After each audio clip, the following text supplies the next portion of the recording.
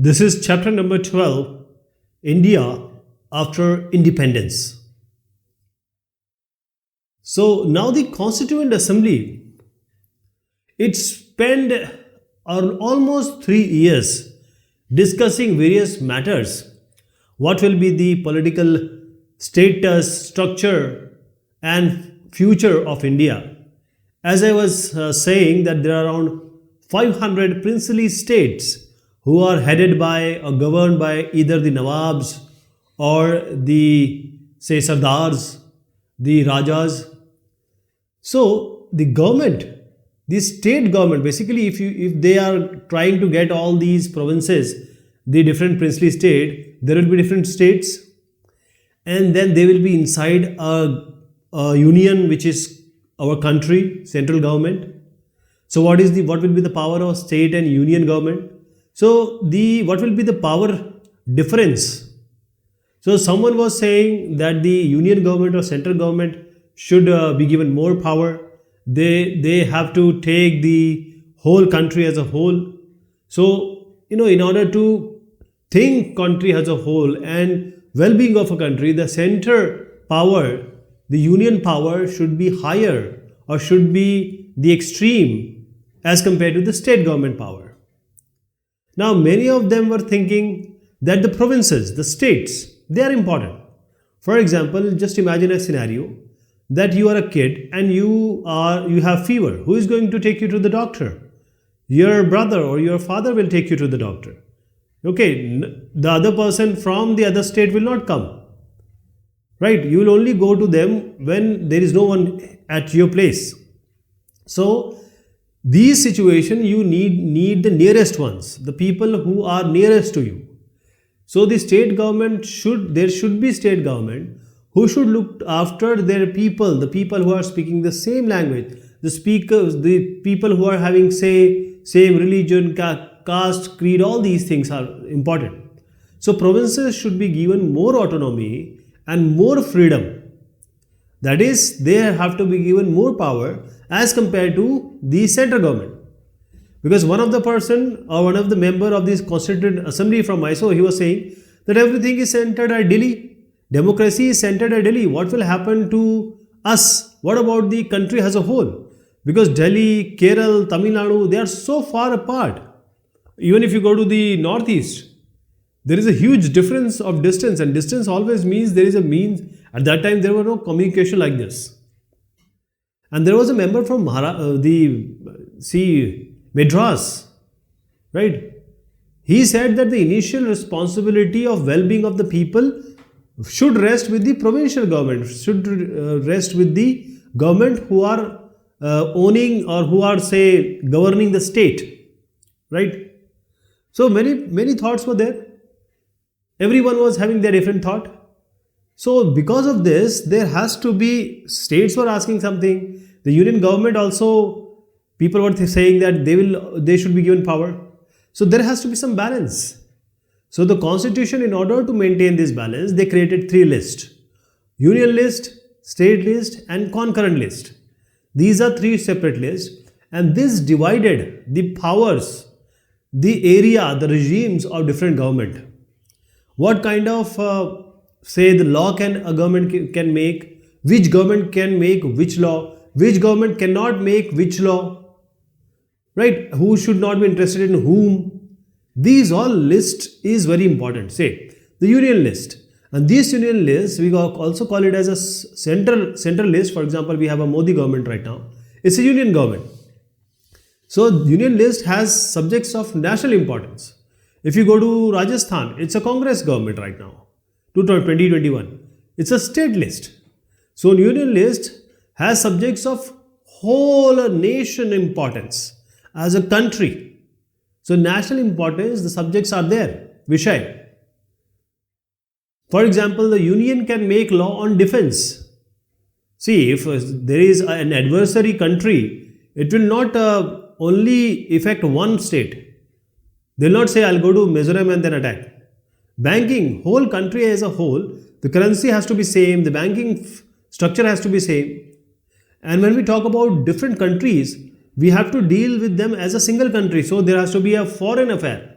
Gujarat is not going to talk to Sindh. India has to talk to Pakistan, right? And the communication, every one, people are getting married, people are getting jobs here and there all over India. So this is a communication becomes so important here. So this all will be under union list. What about state list? There are subjects which are important locally, or you can say they are of state importance. For example, the police. See, if two people are fighting, who is going to come? The local police will come. CRPF is not going to come. CISF is not going to come. The border force is not going to come. Okay.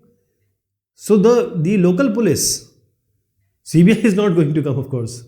The local police should be in the hand of the state. If someone gets say ill or some problem is there, the state has to take care. So the education, I'll just give an example. Surat, there are diamond work. If you go to say Odisha, maybe they might be working in say fishing industry or somewhere else. So these are different state. The kind of trade, the kind of commerce, the agriculture, because the environment is different, the monsoon is different, the climatic conditions are different. All these are to be tackled and handled by the state, because there is a variety of state having different kind of environment, the monsoon, the people, the eating habit, the dressing habit, the festivals also are different.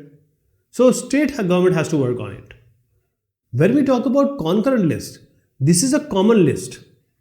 Means both the governments can make law on this, and the union government, the law always supersede the state government law. For example, education, forest is everywhere.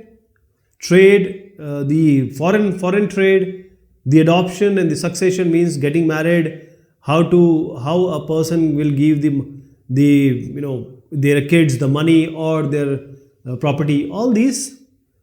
So tax, defense, foreign affairs, these are big things pertaining to whole country. So they will come in the union list. Okay.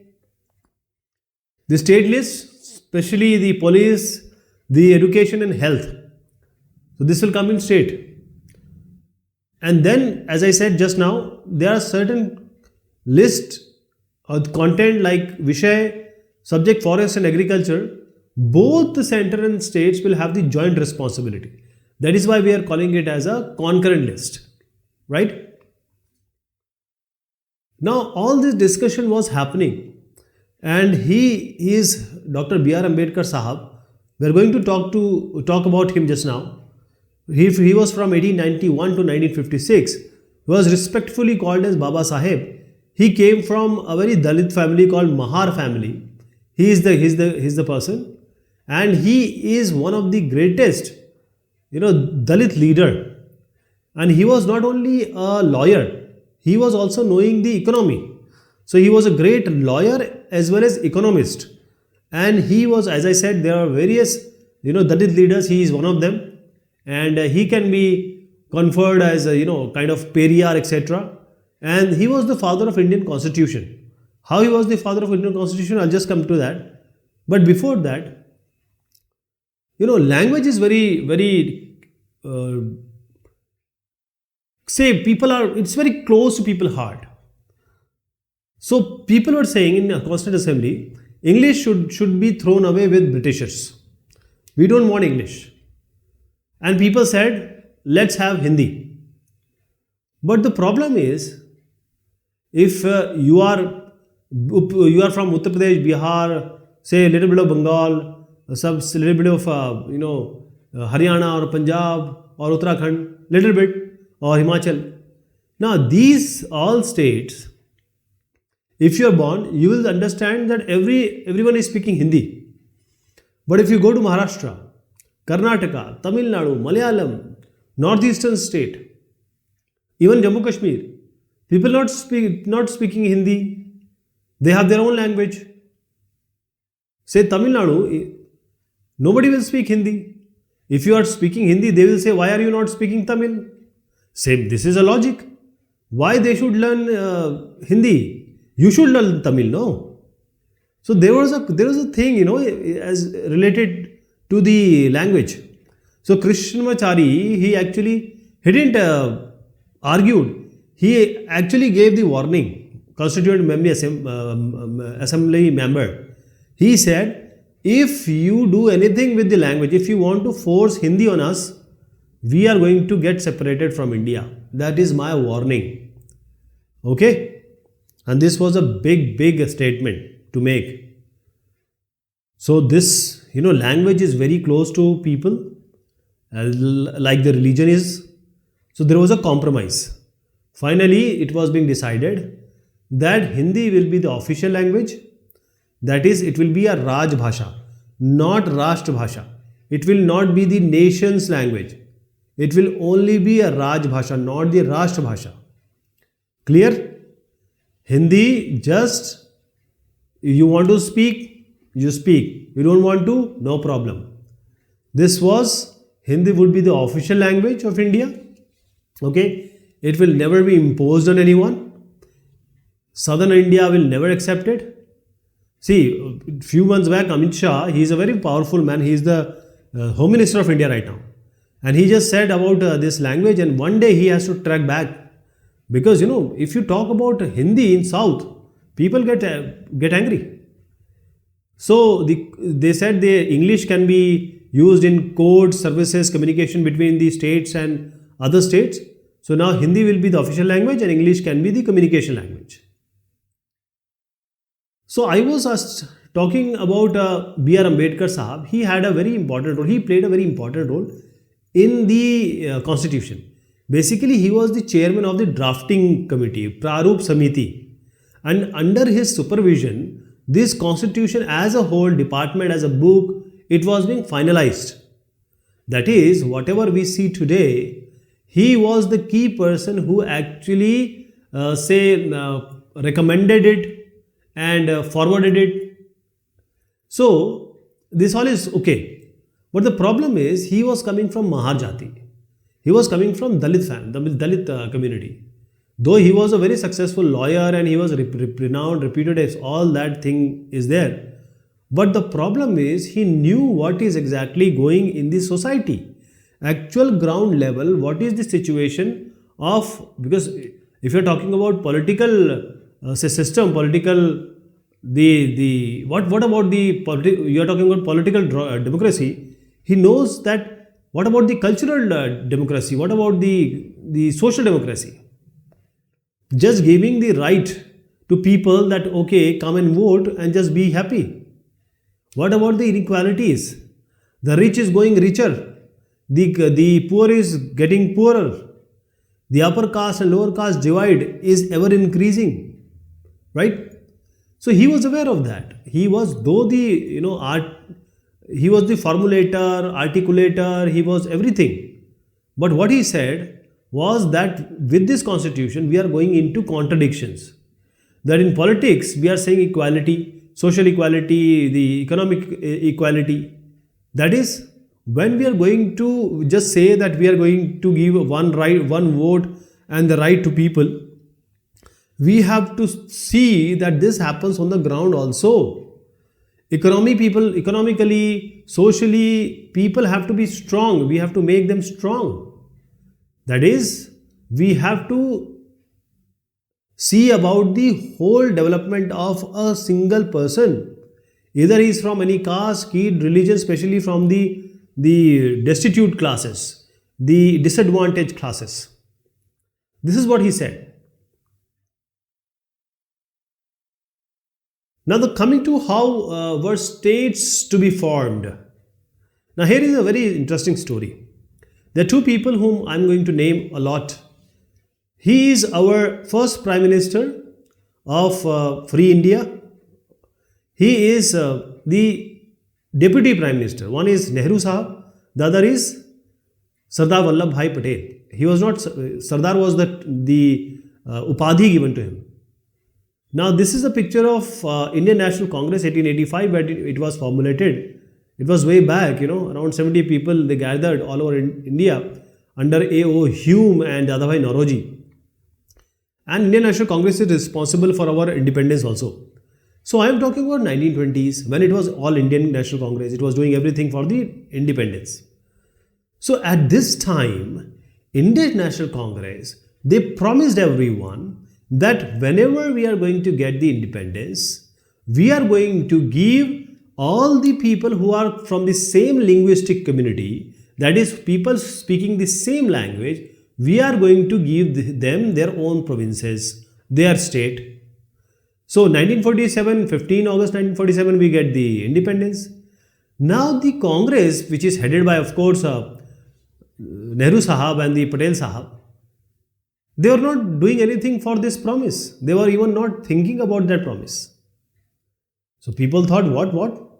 If somebody comes to you and he says that I'll give you 2 crores employment, I'll give you 15 lakh in your account, and he is not fulfilling, what will you say? Oh, why are you not fulfilling your promise? You said and we gave you vote. So this is how thing happened.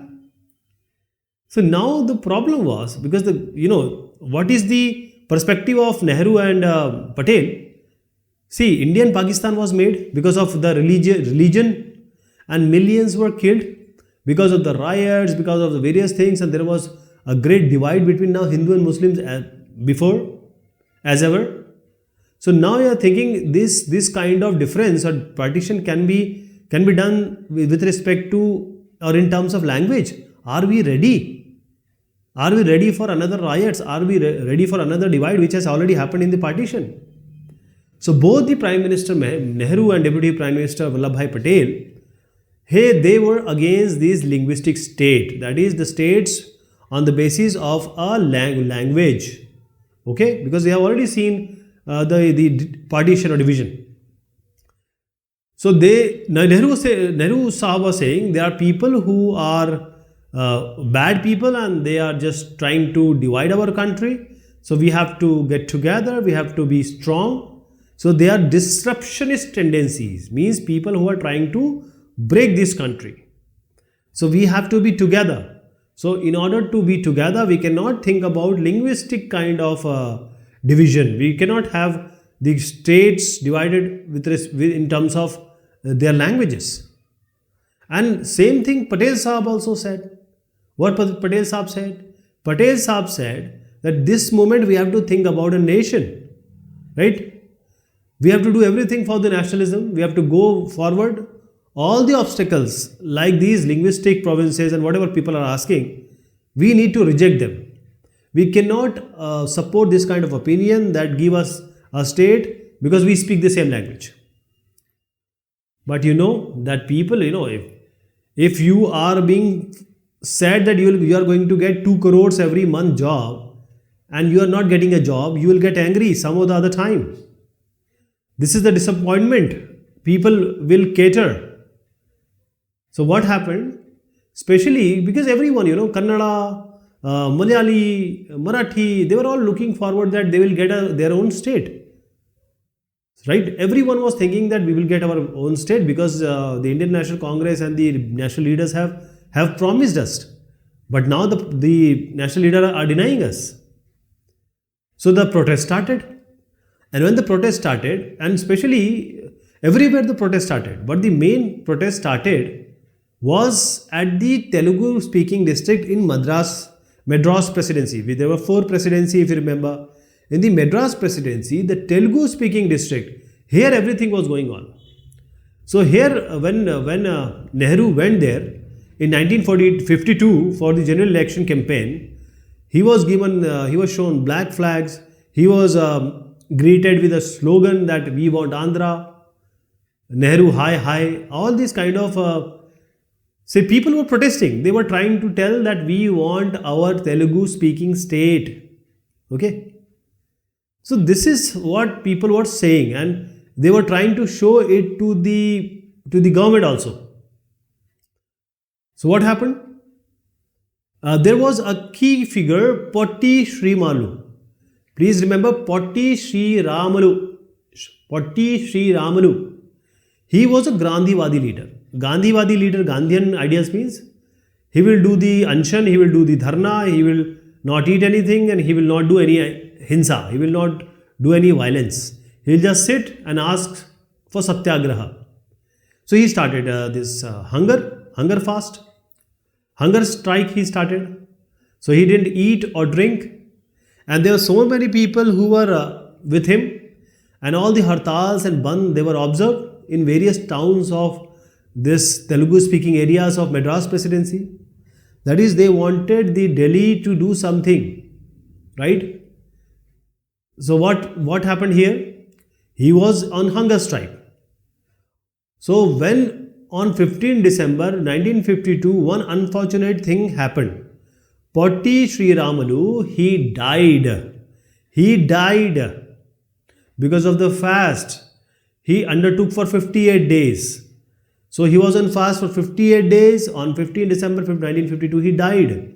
And now the protest aggravated. It was so intense, so widespread. The government has to listen to the demand. And finally, on 1st October 1953, that is after almost 1 year, and there was a new state which came into being, which was called as Andhra Pradesh. Today, how Andhra Pradesh came into being, you know now. And see, if you have two kids, you give one of the chocolate, the other one you are not giving the chocolate. What will happen to him? He'll say, why are you not giving me chocolate? Same thing happened with the other states or other people. They said, you have given them Andhra Pradesh, why are you not giving me my state? So the government made a commission, a States Reorganization Commission, Rajya Punargathan Ayog. So this was being set up, and in 1956, this commission submitted the report, and now the boundaries were formed, redrawn, and now the provinces of Assam, Bengali, Odia, Tamil, Malayalam, Kannada, Telugu, these are all the languages. So see, the largest Hindi speaking region, which was called the United Provinces, North India, it was being broken into several states. Uttar Pradesh became the UP, which was United Provinces. Madhya Pradesh came from Central Provinces. 1960, Bombay. Bombay was basically two communities were there, Marathi and Gujarati. So the Marathi were given Maharashtra and Gujarati were given Gujarat.